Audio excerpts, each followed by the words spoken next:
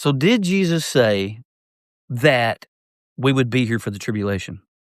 Did he warn his disciples that they would face trouble, trials, tribulation? The answer is yes, he did. In Matthew 24, as Jesus was talking about events that would come within the disciples' lifetimes, potential, some of them anyway, in AD 70, but also looking to the future. Jesus said in Matthew 24 through 29 through 31, Jesus talked about his coming after the tribulation. And then he says that he would send his angels to gather his elect after the tribulation.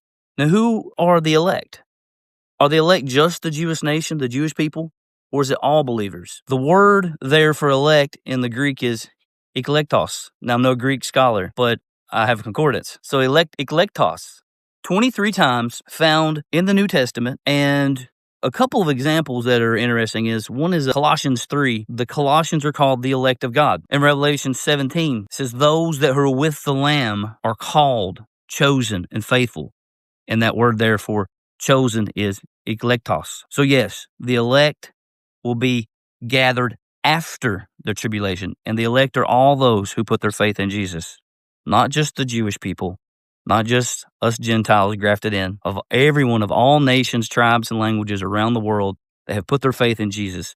Those are the elect. Also in Matthew 24, in the very beginning part of the chapter, Jesus is telling his disciples that they will be hated, persecuted, and turned over because of Jesus, because of their faith in him, because they followed him. And actually, he would even say that those, though, that stand firm till the end, those that don't leave the faith, those that stand firm during the persecution, during trials and troubles, that those are the ones that will be saved. So yes, Jesus told his disciples, and those words are for us today as well, that there will be times where we will face persecution, we'll face trouble, but we must endure. That is the message found in Matthew 24. All right, two other pieces of scripture that are interesting. They're linked together concerning, will Christians be taken out of trouble or will they be here during trouble? And that is found in Revelation 3:10. So as the churches, this is John, who's being revealed all this information from the angel, from Christ, and as he's talking to one of the churches, he says, in John 3:10, it says this, since you have kept my commands to endure patiently, I will also keep you from the hour of testing. Now, that keep from does not mean